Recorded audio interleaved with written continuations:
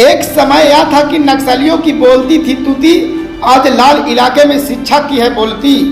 क्षेत्र के चौराहे पर शहीद कामरेड के नाम पर बनाए जाते थे स्मारक, किसी को विरोध करने का नहीं था दम।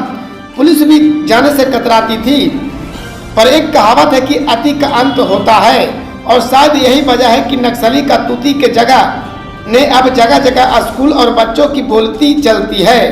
सन 1971 में इंदिरा गांधी ने नक्सलियों के खिलाफ भारतीय सेना को जुटाने के लिए राष्ट्रपति शासन का लाभ उठाकर विशाल संयुक्त सेना और पुलिस आतंकवाद विरोधी अभियान शुरू किया, और उसे ऑपरेशन स्टीप लेन चेंज कहा गया, जिसमें 20,000 से अधिक नक्सली संदिग्ध और कैडरों को कैद कर लिया गया था और लगभग सैकड़ों नक्सली मारे गए थे।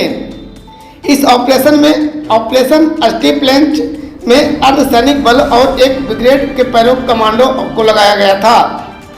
1969 के अक्टूबर माह में ऑपरेशन को कोरियोग्राफ किया गया था, और उस वक्त लेफ्टिनेंट जनरल JFR जैकब ने भारत गृह सचिव गोविंद नारायण के निर्देश था कि कोई प्रचार और नई कोई रिकॉर्ड होनी चाहिए।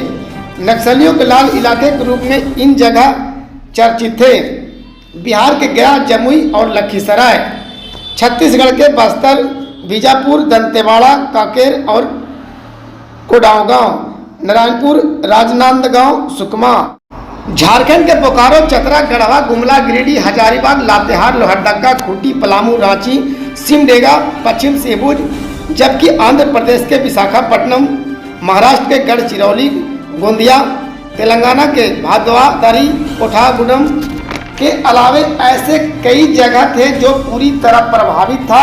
नक्सलियों की तूती बोलती थी, पर सरकार फिर मोबाइल के जरिए पल पल की सूचना मिलना, नक्सलियों को गलत मंशा, कुछ निर्दोष को मार गिराना, अपनी बर्दाश्त पाने के लिए सही बोलने वाले को अदालत में बेइज्जती करना, यही वजह था कि नक्सलियों को जनधार घटने लगा।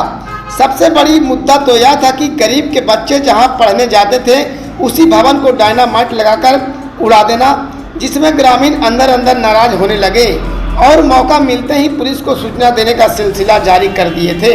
यही वजह है कि धीरे धीरे नक्सलियों का पतन होना तय हो गया था। हालांकि कई ऐसे बुजुर्ग हैं जो आज भी कहते हैं कि नक्सलियों की जब चलती थी तब चोर, गुंडागर्दी करने वाला, जबरन भूमि को कब्जा करने वाला, इज्जत लूटने वाला, ऐसे आदमी लोग 100 कोस दूर तक नजर नहीं आते थे। जन अदालत में गलत करने वाले को कड़ी सजा दी जाती थी। पेड़ काटने पर पूर्ण प्रतिबंध था, पर आज वन विभाग के अधिकारियों की घोर लापरवाही से खुलेआम पेड़ पौधे काटे जा रहे हैं। कुछ बुजुर्ग कहते हैं कि 40 साल तक घर के में कभी किवाड़ नहीं लगाया, मजाल था कि चोर घुस जाए, पर आज नक्सली का मंशा भी बदल गया। कुछ लोग पैसा कमाने के चक्कर में निर्दोष को भी मार रहे थे। यही वजह है कि अब उनका जनाधार बिल्कुल ना के बराबर रह गया है। समाज के सामने एक बात यह भी निकल कर आई है कि कुछ नक्सली जमाने मुताबिक सोच समझकर परिवार की खुशी देखने के उद्देश्य से वे खुद पुलिस के समक्ष आत्मसमर्पण कर दिए हैं, और बचे लोग भी यही सोचकर समर्पण कर रहे हैं। सरकार ने भी यही प्रलोभन कहा जाए या सही, उन्होंने भी आत्मसमर्पण करने वाला नक्सलियों को उचित मुआवजा और कम सजा का प्रावधान रखने पर हजारों नक्सलियों ने भी इसी सोच समर्पण कर दिया। सरकार के रिकॉर्ड में लगभग 15 से 18% बचे नक्सलियों पर कड़ी नजर है, जिन्हें भी आत्मसमर्पण कराने एवं सीधा कार्रवाई करने की कोशिश में लगे हैं। नहीं मानने वाले नक्सलियों के परिजन और उन पर खुद जमीन, जायदाद और रुपये पर निगरानी रखी जा रही है। ऐसे नक्सलियों की संपत्ति को जब्त कर कार्रवाई करने की मुहिम चलाई जा रही है। मैं बता दूं कि नक्सल पश्चिमी बंगाल के एक छोटा गांव नक्सलवाड़ी से सन 1967 में चारू मजूमदार और कारू सन्याल और जंगल संस्थान के नेतृत्व में भारतीय कम्युनिस्ट पार्टी मार्क्सवादी CPIM के एक गुट ने सशस्त्र विद्रोह शुरू किया था। 18 मई 1967 सिलीगुड़ी किसान सभा में शामिल कारू सन्याल ने आंदोलन के लिए अपना समर्थन भूमिहीनों को भूमि को पुनः वितरण करने के लिए संघर्ष करने की घोषणा किया। बस अगले हफ्ते नक्सलवाड़ी गांव के पास एक बटाईदार पर जमींदार के आदमियों ने भूमि विवाद को लेकर हमला कर दिया।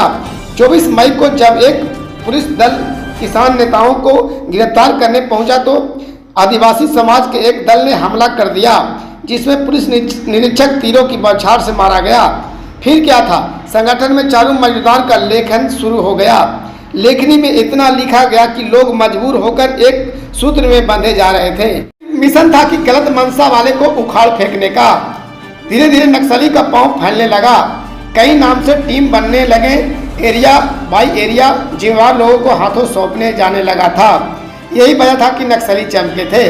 पर गलत मंशा और नक्सली सिद्धांतों से हटकर घटना को अंजाम देना नक्सलियों को महंगा पड़ने लगा।